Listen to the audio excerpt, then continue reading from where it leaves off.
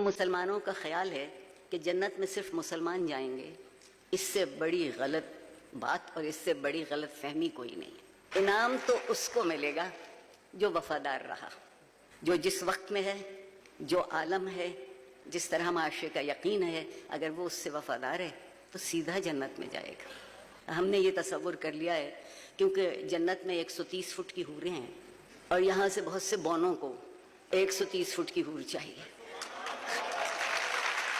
کہ جو غیر مسلم اچھے اعمال کرتے ہیں وہ کیوں نہیں جنت میں جائیں گے؟ بہن، جنت میں جانے کے لیے 4 شرائط ہے۔ اسی طریقے سے جنت میں جانے کے لیے سورہ العصر کے حساب سے 4 چیزیں ضروری ہے: ایمان، عمل صالحات، نیک اعمال جو آپ کہہ رہے، وتواصوا بالحق، لوگوں کو حق کی طرف بلانا، وتواصوا بالصبر، لوگوں کو صبر کی طرف بلانا۔ 4 چیزیں ضروری ہے۔ اگر آپ کہتے کہ آپ اچھے انسان ہیں، اعمال میں آپ بہت اچھے اعمال کرتے ہیں، لیکن ایمان میں تو آپ فیل ہے، آپ یہ نہیں مانتے کہ اللہ ایک اور محمد صلی اللہ علیہ وسلم آخری پیغمبر ہے جو ساری مذہبی کتاب میں لکھا ہے، تو آپ ایمان میں فیل ہے۔ آپ کتنے بھی نیک کام کرو، ایمان میں لیکن فیل ہوئے تو آپ جنت میں نہیں جائیں گے۔